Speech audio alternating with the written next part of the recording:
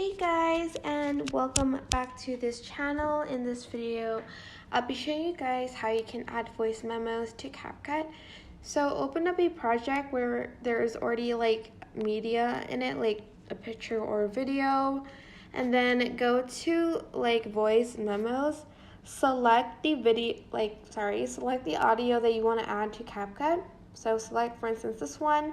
You are then going to press the three dots, press share, and then you are going to select CapCut, and then you are going to select import audio to CapCut, and that's pretty much it. Now your voice memo will be opened in CapCut. Will be added to CapCut. That is basically it. I hope this tutorial was helpful for you guys. Don't forget to like, comment, share, and also subscribe to this channel if you haven't done that. If you have any questions, just leave it in the comment section down below, and I will try my best to answer them all. Thank you so much for watching. Bye!